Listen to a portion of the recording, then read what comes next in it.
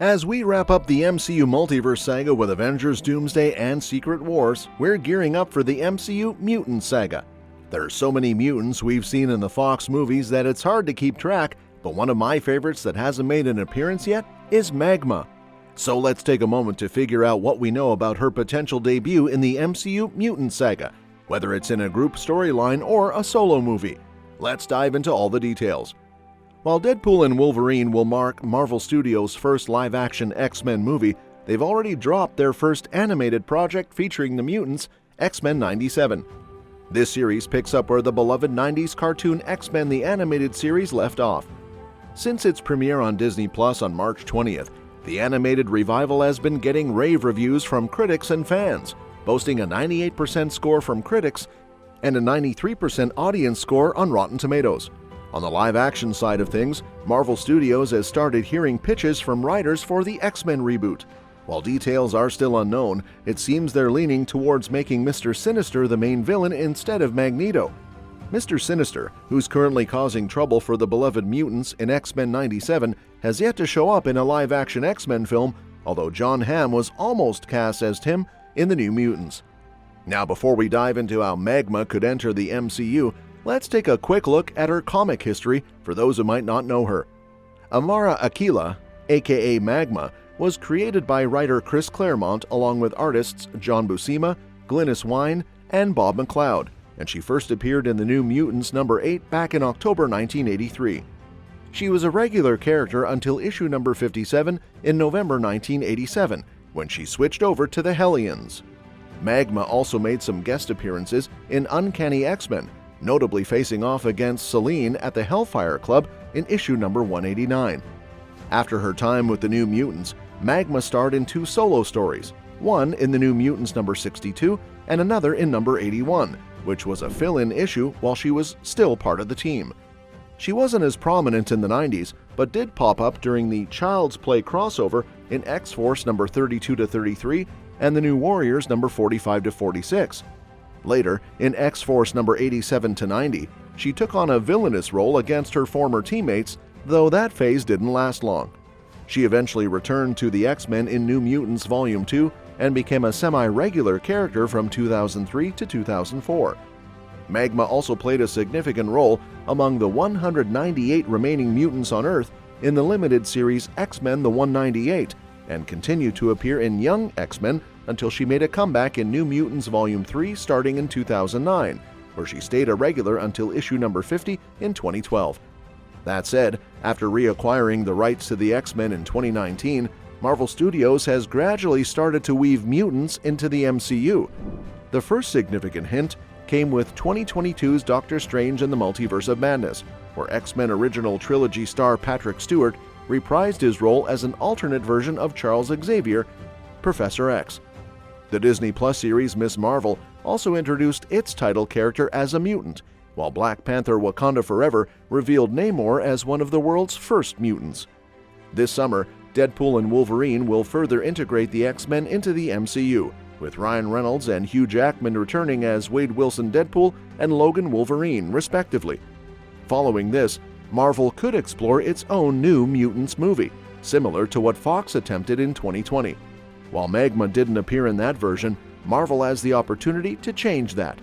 Given her rich comic history, first appearing in the New Mutants number 8 October 1983, and regularly featuring until the New Mutants number 57 in November 1987, Magma could play a significant role in a New Mutants film, highlighting her importance to the storyline and her connection to the other characters. As for why Magma wasn't included in the Fox New Mutants movie, director Josh Boone explained that her absence was mainly due to the film's tumultuous production journey. The movie faced numerous delays, the most recent being the fallout from the coronavirus pandemic. Even before that, the project was impacted by planned reshoots that never took place and the complications arising from Disney's acquisition of 20th Century Fox. With all these hurdles, it's understandable that some classic characters, like Magma, didn't make the cut for this iteration of the film. Now, if Marvel decides to include Magma in the New Mutants movie, there's potential for her to shine in a solo film that explores her complex powers and abilities. Magma is a mutant with geothermal powers, allowing her to manipulate tectonic plates and even trigger seismic activity. She's so in tune with the Earth that she can sense seismic shifts and prevent earthquakes before they occur. Her powers enable her to summon molten rock from the Earth's core, creating lava projectiles or even miniature volcanoes. When Magma activates her powers, she transforms into an energized form that radiates intense heat and light.